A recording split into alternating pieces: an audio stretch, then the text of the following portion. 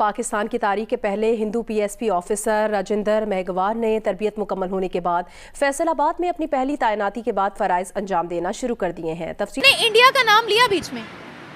नहीं लिया नाम? नहीं। जो इंडिया के अंदर है वो कौन है? वो इंडियंस है या पाकिस्तानी है?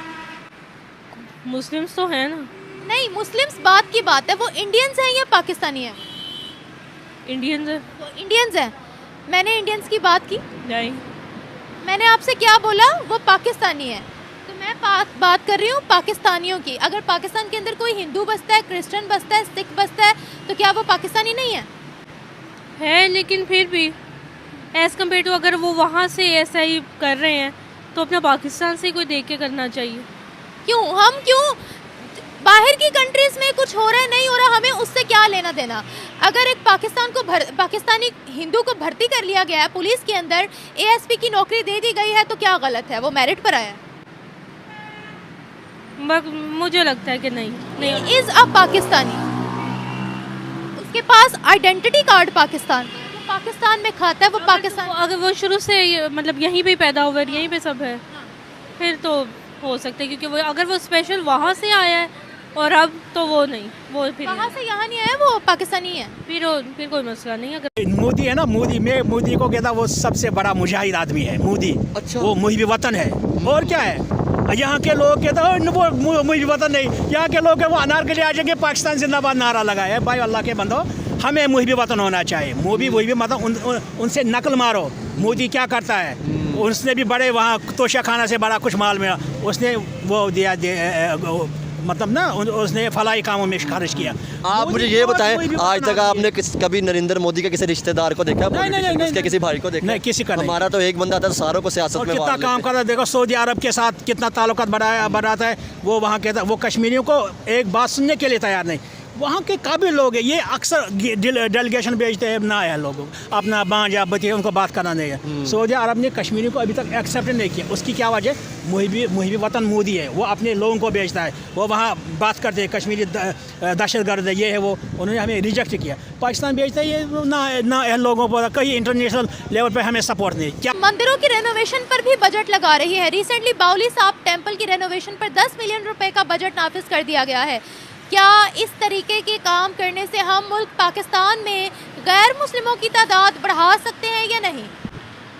देखिए, बढ़ा सकते हैं। सबसे पहले तो हमें अपने मुल्क के कामों पे फोकस करना चाहिए, जो कि बहुत से काम है।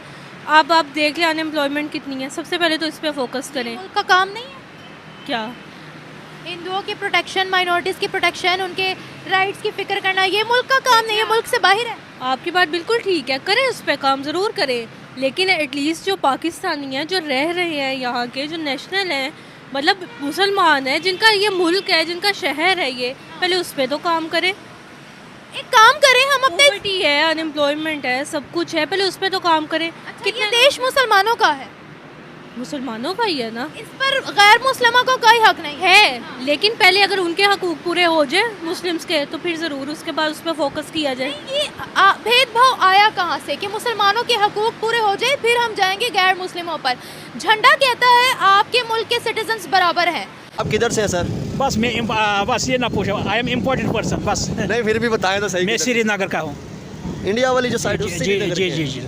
हम इसीलिए तो फिर तो आपके साथ बात करके इसलिए अच्छा लगेगा। आज हमने देखा, हम न्यूज़ सुनते हैं कि वहाँ पे 14 बिलियन डॉलर की इन्वेस्टमेंट हिंदुस्तान जो कर रहा है, ठीक है, वहाँ पे लोग नारे लगा रहे हैं उनकी गवर्नमेंट के लिए कि ये हमारे लिए बेहतर काम कर रहा है। एक तरफ हम हैं जो हमारे पास कश्मीर है, लोग कह रहे हैं कि हमें यहाँ पे 60 रुपये मतलब यूनिट मिल रहा है, हमें आटा 175 रुपये मिल रहा है। वहाँ पर उनको हमें चावल इतने महंगे मिल रहे हैं, उन्हें 2-3 रुपये चावल मिल रहा है, 20 रुपये आटा मिल रहा है, मतलब 2.5 रुपये बिजली मिल रही है। तो आप ये बताएं कि वो क्या हमारे साथ आएंगे? पहले आज तक आपने कभी तालिबानों का प्रोटोकॉल देखा है? कभी आपने हिंदुस्तान के वज़ीर आज़म जो नरेंद्र मोदी उनका प्रोटोकॉल देखा है? और यहाँ पे क्या सीन है? यहाँ पे एक वो नहीं होता है, क्या नाम है, जो आम अफसर होता है, वल्ला मैं रक्षा चलाता हूँ ना, मैं माल रोड पे यहाँ से इधर से गुजरता हूँ ना, पूरी गाड़ी आवाम को रोक दी जाती है, लेकिन हम बेगैरत है ना, हम आवाम है ना, हम बेगैरत है। सीधी देखिए, जो मंदिरों पे पैसा लगाया जा रहा है, एटलीस्ट पहले बाकी चीज़ों पे फोकस करें, ठीक है?